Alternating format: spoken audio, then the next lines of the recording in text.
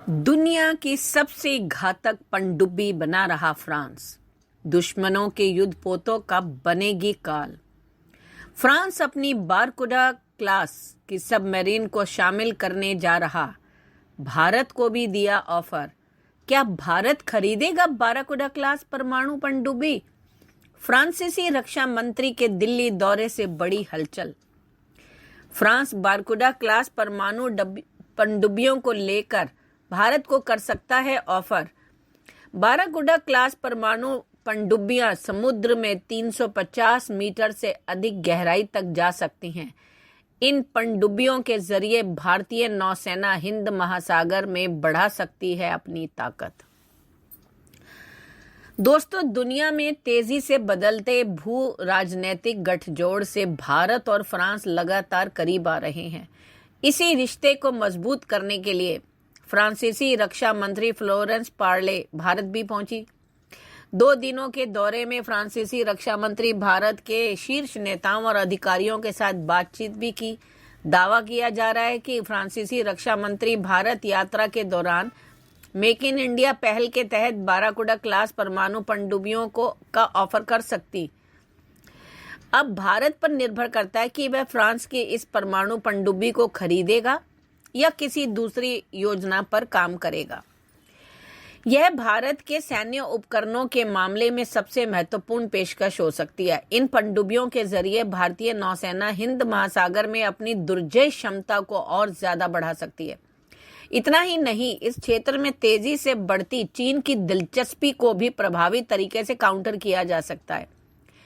किसी भी देश के लिए परमाणु पनडुब्बी प्रौद्योगिकी को उसकी सैन्य क्षमता का ताज माना जाता है। ऐसे में अगर टेक्नोलॉजी ट्रांसफर के तहत फ्रांस इन पनडुब्बियों को भारत में बनाने का ऑफर देता है तो भारत को इसे ठुकराना भी आसान नहीं होगा। बाराकुडा क्लास की परमाणु पनडुब्बियां समुद्र में 350 मीटर से अधिक गहराई तक जा सकती हैं। इतना ही नहीं, ये पनडुब्बियां अलग अलग तरह की मिसाइल और टारपीडो से भी हमला कर सकती हैं। यह पहली बार है कि जब कोई देश भारत को परमाणु ऊर्जा से चलने वाली पनडुब्बी तकनीक की पेशकश करेगा। अतीत में रूस और तत्कालीन सोवियत संघ ने 2 मौकों पर भारत को परमाणु संचालित अटैक पनडुब्बियां यानी SSN को कॉन्ट्रैक्ट पर दिया था। 2019 की मीडिया रिपोर्ट्स के अनुसार भारत ने रूस के साथ परमाणु पनडुब्बियों की खरीद को लेकर एक सीक्रेट डील भी की थी। इस डील की कुल लागत तब $3 बिलियन बताई गई थी। इसके तहत 2025 में भारत को रूस से एक परमाणु पनडुब्बी मिलेगी जिसे INS चक्र 3 के नाम से जाना जाएगा। यह पनडुब्बी भी INS चक्र की तरह भारतीय नौसेना में अगले 10 साल तक सेवा देगी। भारत को जो पनडुब्बी मिलने वाली है वह रूस की अकुला 2 क्लास की K322 कैशालॉट है। इसमें इंटीग्रेटेड सोनार सिस्टम लगा हुआ है जो काफी दूर से बिना किसी हलचल के दुश्मन की लोकेशन के बारे में पता लगा लेता है। भारत के INS अरिहंत में भी ऐसा ही सिस्टम लगाया गया है। वर्तमान में भारतीय नौसेना में केवल एक ही बैलिस्टिक मिसाइल परमाणु पनडुब्बी INS अरिहंत तैनात है। स्पेशल मिशन के लिए बनाई गई यह पनडुब्बी भारत के 7,516 किलोमीटर लंबी समुद्री सीमा की रखवाली करने के लिए पर्याप्त नहीं है। यही कारण है कि भारत इन दिनों रूस के साथ चक्र सीरीज की 2 पनडुब्बियों को लीज पर लेने के लिए बात कर रहा है।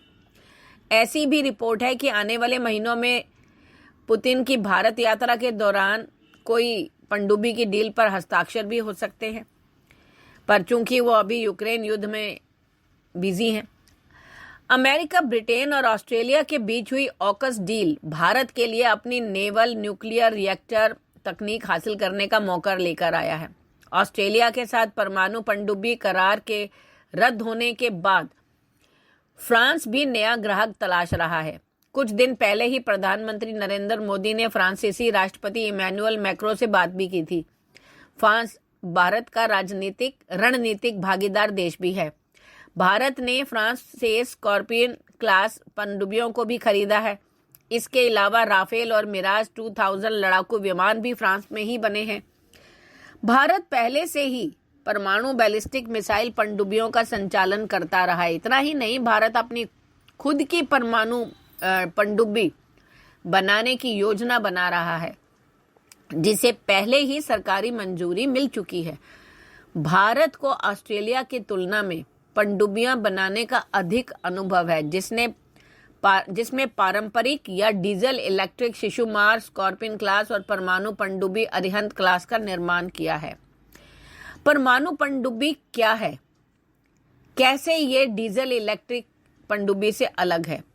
देखो, जब वैज्ञानिकों ने परमाणु को विभाजित किया तब उन्हें यह महसूस हुआ कि हम इसका बम बनाने के अलावा भी किसी काम में इस्तेमाल कर सकते हैं। इससे दुनिया में इसका उपयोग बिजली पैदा करने के लिए किया जा सकता है। यह परमाणु रिएक्टर पिछले 70 वर्षों में से दुनिया भर के घरों और उद्योगों को बिजली दे रहे हैं। परमाणु पनडुब्बियां भी इसी समान तकनीक से काम करती हैं।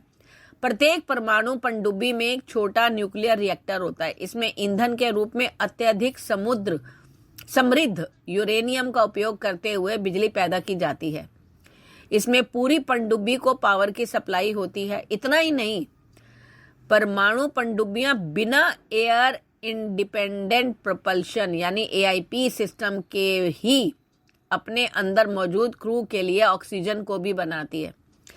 इससे ये समुद्र के नीचे महीनों तक छुपी रह सकती है।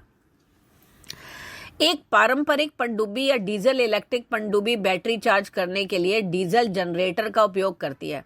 इस बैटरी में स्टोर हुई बिजली का ही प्रयोग मोटर चलाने के लिए किया जाता है। किसी दूसरी बैटरी की तरह इसे रिचार्ज करने के लिए स्नॉर्कलिंग प्रक्रिया को पूरा करने के लिए पनडुब्बियों को सतह पर आना पड़ता है और इसके जरिए डीजल इलेक्ट्रिक पनडुब्बियां अपने जनरेटर के लिए ऑक्सीजन इकट्ठा करती हैं। कोई भी पनडुब्बी सबसे अधिक खतरे में तब होती है जब उसे पानी की गहराई से निकलकर सतह पर आना होता है।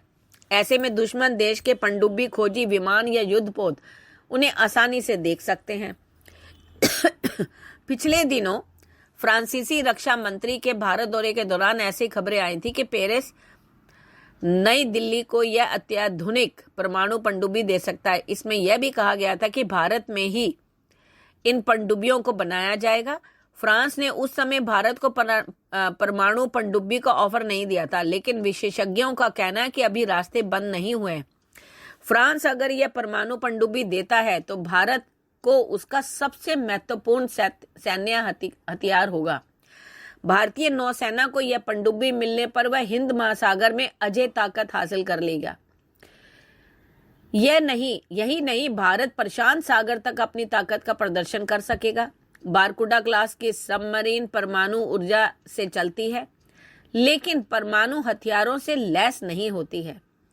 इसमें लगी 1000 किलोमीटर तक मार करने वाली स्कैल्प क्रूज मिसाइल समुद्र से दागे जाने पर जमीन लक्ष्यों को तबाह कर सकती है।